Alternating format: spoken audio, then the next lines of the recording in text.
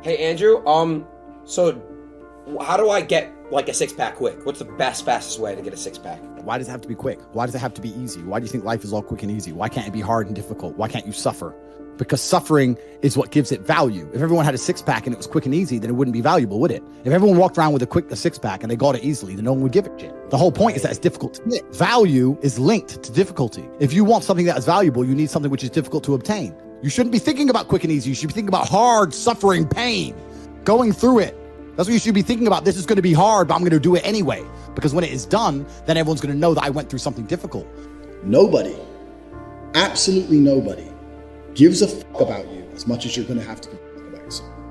Nobody cares about you as much as they need to care to fix your life. But nobody is going to come to your bed, drag you out of bed, drag you to a job, force you to work hard. You are never going to have any of the things you want if you do not get them yourself.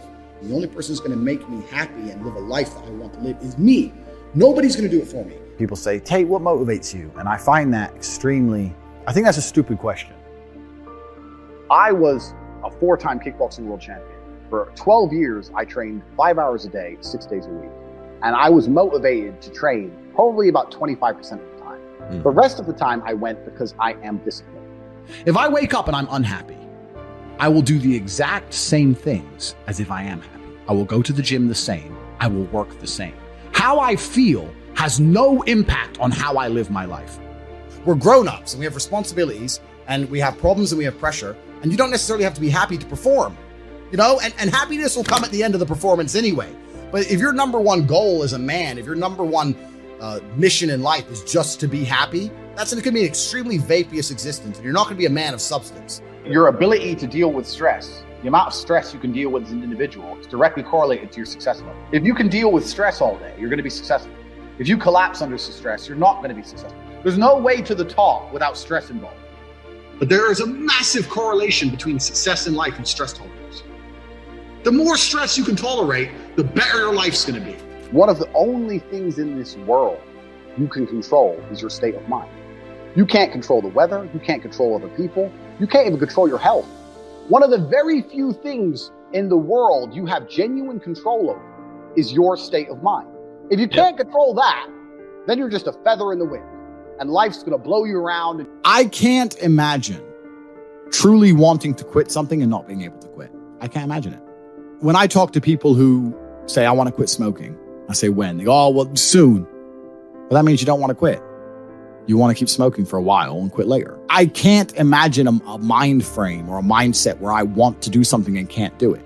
It's almost difficult for me to answer that question, because if you have that kind of mind, if your mind is so fundamentally broken that you cannot do with your own mind what you want to do, then you're just, right? Life is hierarchical. There's always going to be kings and there's always going to be peasants. If you have a mind that you can't control, then you're never going to be a king. You're going to be a peasant. That's your life. You have a peasant's life ahead of you, and that's your destiny. Enjoy. Right? There's always been peasants. That's life. But I believe that the most important thing you can do as a man is to gain control of your mind. Once you have control of your mind, life is so ridiculously easy. People say to me, Tate, you're in good shape. All you do is drink vodka and travel the world. You're never even home. You never even have a gym. How do you do it? It's ridiculously easy if you control your mind. If I decide to do 1,000 push-ups, I'll do them. Maybe I have to do them one at a time. Maybe I'll get tired. Maybe I need a break. I'm going to do 1,000 because I said I'm going to do 1,000. Everyone knows what they're supposed to do. You either control your mind or you don't. And all of these things stem from the same problem. It's something you can do. It's something that is learned. It's something that is taught. Depression is the ultimate motivation. If you're unhappy with your life and you're depressed, I don't expect you to be popping pills and sitting laying in bed. I expect you to give me a huge list of everything you're achieving per day. Depression's a fantastic motivation, but people are told the opposite. No, a lot of people's problems are all in their mind. And I'm not saying that mental conditions aren't real, because absolutely some are. But I try and explain to people, look, the only thing on the planet you have genuine control over is your state of mind. You can't control the weather. You can't control anything. The only thing you can affect in genuine real time is how you feel in your head. How you view the world absolutely and utterly shapes how you react to the world, how you act in the world, how people view you. It's all down to how you view things. You have to believe you're the fucking man, and you have to believe you can achieve anything. I'm not saying you can achieve anything easily. I'm not saying it's not going to take a whole bunch of work. I'm not saying it's going to happen quickly. But you have to believe you can achieve anything. When I tell people that you are the sum of the 5 people you spend the most time with, everyone agrees. They go, yeah, that's probably true. And then they continue to hang around with people who they don't want to be. Why? There has to be a point where you sit and go, okay, you're my friends, et cetera, et cetera. I love you guys. Yeah, we can talk, whatever. But I'm on a different life path. You have to leave some people behind. If you were to come hang around with me and my crew, you would be self-conscious. And that self-consciousness would motivate you, or they would certainly instill the discipline required for you to change.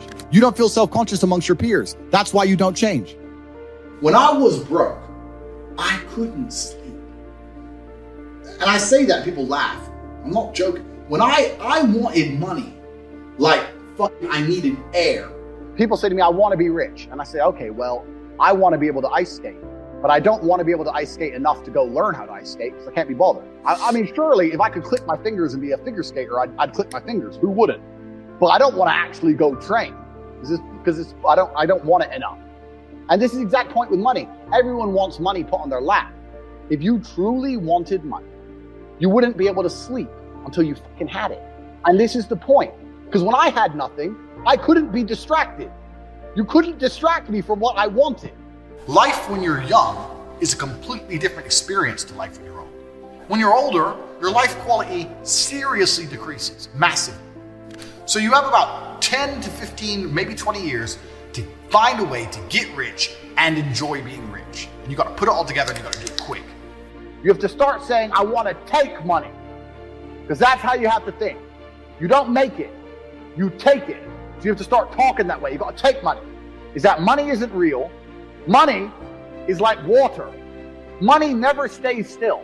If you can find and identify a place where money is moving, if you can find a place where money is moving and stand in the way, then the money is vulnerable. Problem is with the people out here, everyone has a dream, but not many people have a plan. A good plan today is better than a perfect plan tomorrow. You got to do something. You got to do something fast. Yeah. You're just sitting around talking about it and hoping for things to get better. I don't think living in a dream is going to help you in any way. I think you need to be sitting here panicking at the fact that you don't have enough money. You need to be concerned and worried and sad, and you need to do something about it today. Because that's how I started my first business that made me $1 million. I sat in my room, pissed off, and I fucking came up with the idea. Most people see people with things they want and they don't do the second half. They don't try and work out how they got that thing. Oh, my man has a Ferrari. Okay. I wish I had a Ferrari. Okay. They don't sit there and go for an hour. How did he get a Ferrari? It doesn't cross that part is the part they don't want to do, right? They just go, oh, he has a Ferrari. Wish I had a Ferrari. And they go back to TV. Yeah. And that's why they lose. You need to understand that in this world, there's a whole bunch of people doing amazing shit that you are not doing. And that needs to piss you off. Because if it pisses you off, you become motivated all of a sudden. You need to be annoyed, and I'm telling you to be angry. Anger is a fantastic force. You take that anger and you direct it in the correct direction. And listen, you may feel fired up for 10 minutes after this little talk, but you're not going to feel fired up forever. You need to put systems in place. You need to get discipline. You need to get an atmosphere of people around you who are going to keep you accountable and not make it easy for you to continue to be a fucking nobody. And then you're going to fix your life. Otherwise, you're going to stay a nobody. If you were genuinely pissed off about your situation, you would not need me to motivate you. You would motivate your fucking self, and you would do something to change it yourself. Motivation isn't real. Everyone says this. Motivation is not real. Discipline's real. I do not feel like training, but I still train because I'm a disciplined individual. You don't get to go through life only doing the things you feel like doing.